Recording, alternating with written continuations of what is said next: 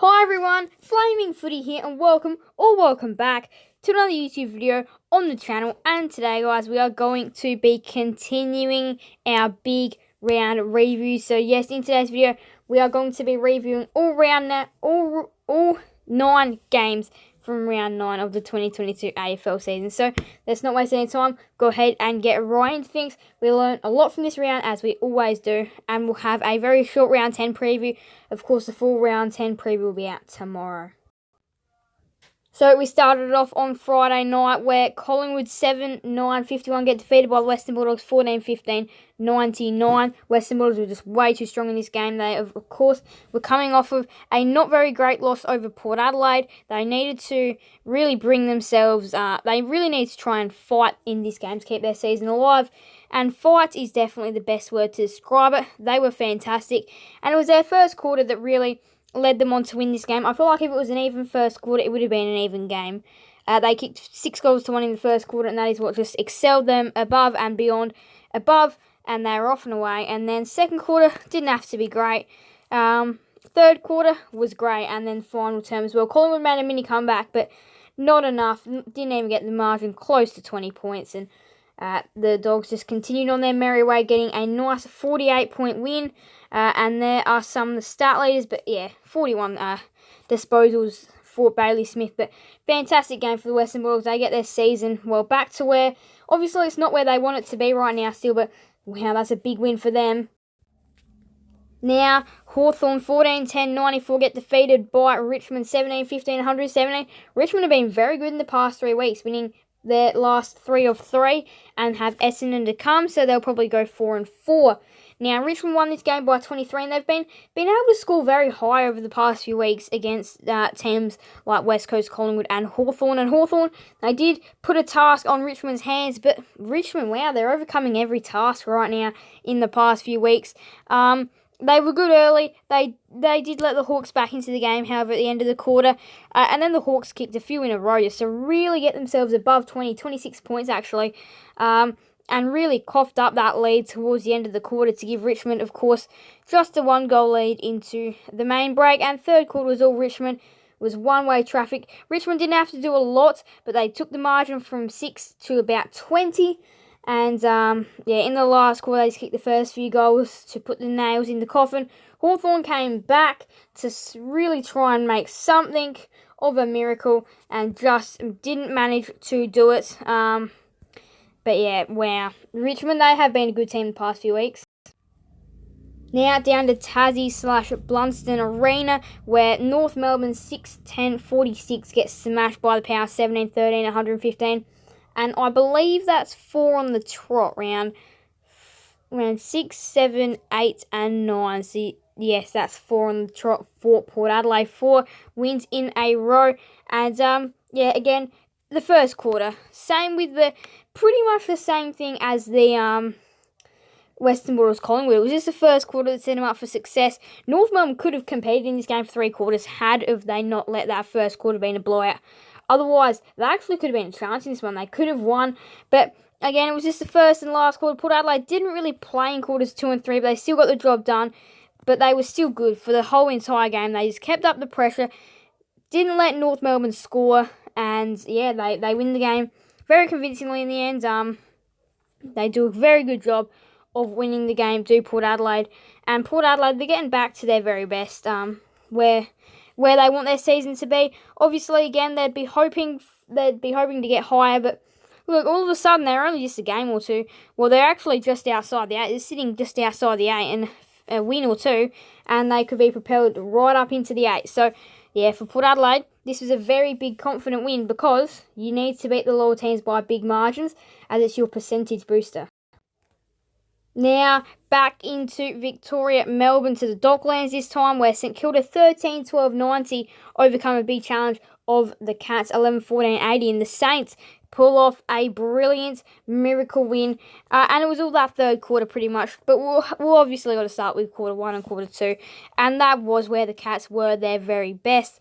The Saints got 2 goals to in the first quarter and only managed to double it in the second quarter. So they were down by just under 20 at half time, and they were down by 22.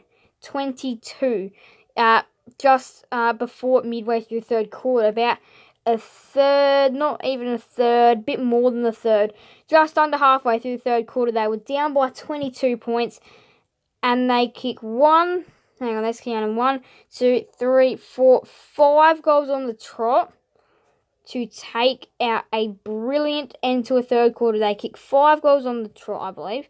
1, 2, 3, 4, 5. 5 goals on the trot, and 7 for the quarter to put them into a winning position, and they managed to hold their lead and win. The Cats did look to attack back at the end, but again, just not enough, and the Saints, they were good in this one. They were good. They were very good. Ryder was another standout, but look, they were just fantastic, and it was just that third quarter that really brought them back into the game from a place where they could have been almost gone. Now over to the SCG, Sydney 14-21-105, smash the poorly defensive Bombers 6-11-47, and the Bombers conceded a massive score, but it could have been way bigger than what it was. 14-21 is what the Swans scored, and that could have been...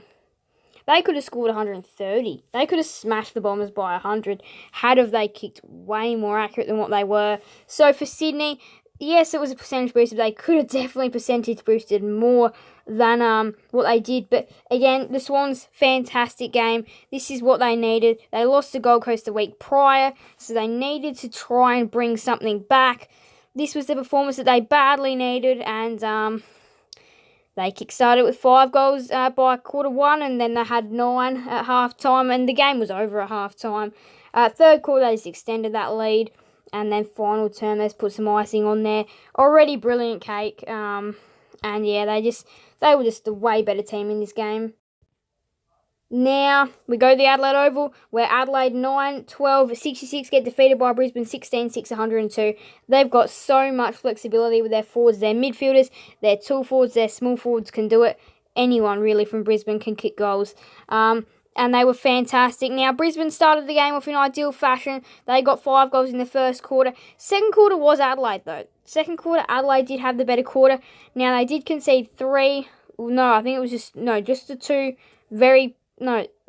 2 very precious goals late to take their lead 48 to, I think it was like 48 to 30 something to, I think it was like 48-41 or something like that. I've got no idea. I think it was 48-33. And, yeah, it was 48-33, I reckon. And they just let Brisbane back into the game with a couple of bad acts, which did cost them in the end. But, again, it didn't really matter anyway. It wasn't like that was really going to change the game, as Brisbane just sawed away in that third and final term when Adelaide couldn't do anything. And Brisbane, they are a very good team, and it doesn't matter, but one forward will definitely end up getting you, and they've just got so much firepower and speed in that team. It's truly amazing, and they are definitely the second best team in the competition right now besides Melbourne. Now we go up to the Gold Coast, where Gold Coast 10-9-69 get over the Dockers 4-9-33 in an absolute disastrous game up on the Gold Coast. Of course, you think Gold Coast, nice and sunny. No, this game was wet. It was wet.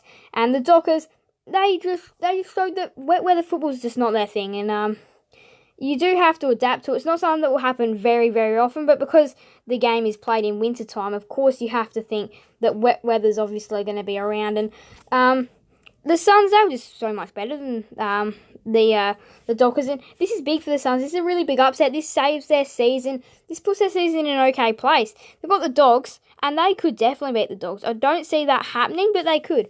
The Dockers, they got the Pies. They need to beat the Pies at Optus. Otherwise, if they don't, there will be some question marks around them for sure. But again, the Suns, they didn't necessarily do it in the first quarter, but they were just good throughout the game. They held it together, unlike Freo, who just didn't. And yeah, the Suns, they were the better team in this game, and you can just see their margin. It wasn't great at first, but they just had a few better quarters than the Dockers in the wet, and that last quarter, they really put icing on the cake and restricted the Dockers to just 33.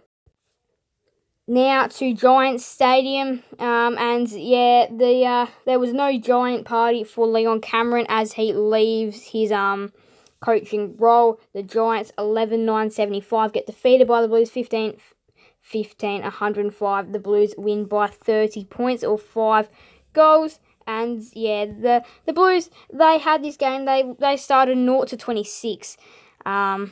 And they were just a better team. It came back even at half time. So the second quarter was in the Giants' favour. But the Giants actually never led in this game. And the Blues always had a decent sort of lead on the Giants. And yeah, this game was just theirs. They were just a better team. Were Carlton. Carlton have been very good this year as well. So they had to win this game to really keep up some good expectations. They got Sydney now. That's going to be shaping up as a really interesting clash. Can't wait for that one. It's going to be really interesting and really exciting. But this game was big for Carlton, and it was a big win for them.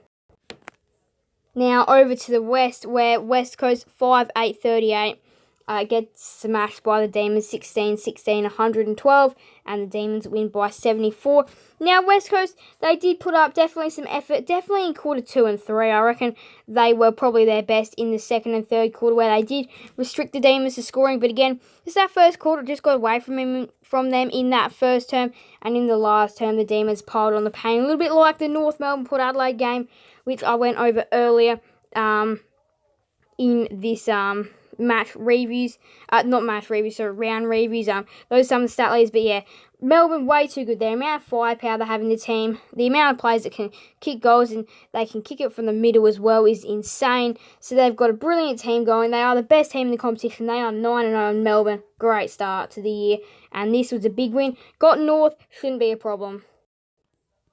So now, what round 10? Well, so we'll go back to round 9. This is how round 9 was. Just a little quick recap.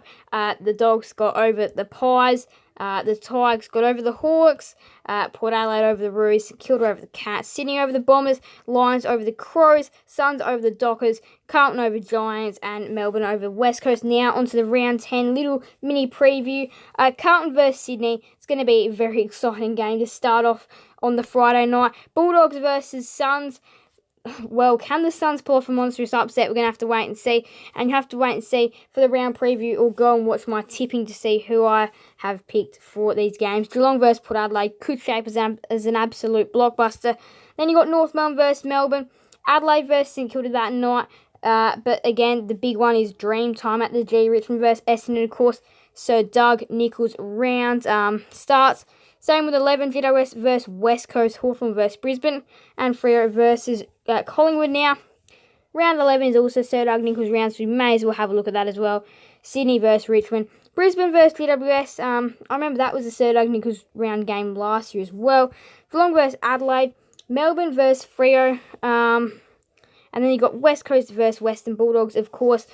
Gold Coast making use of TIO Stadium, versus the Hawks up there on Saturday night.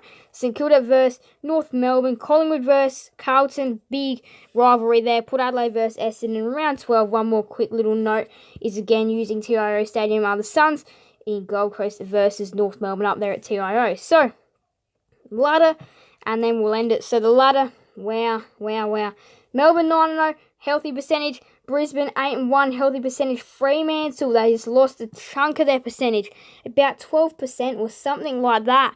They lost a hefty lot, and they are now equal on points with Carlton, with Sydney and St Kilda in striking distance, and then Geelong and Richmond round out the 8, who are clear of Western Bulldogs and Port Adelaide. And Collingwood and Gold Coast are on 16 points. Hawthorn, Adelaide share 12 points. GWS, Essendon share 8 points. North Melbourne, West Coast share 4. So every team is off and away with a win. But of course, Melbourne's still yet to find that loss, as they've got North Melbourne and Freo in round 11. So thank you guys all so much for watching. Make sure to leave a like and subscribe and hit that notification bell so you guys will never miss another video on the channel. Round 10 preview will be out tomorrow. Thank you guys all so much for watching. So bye everyone. Flaming Footy out.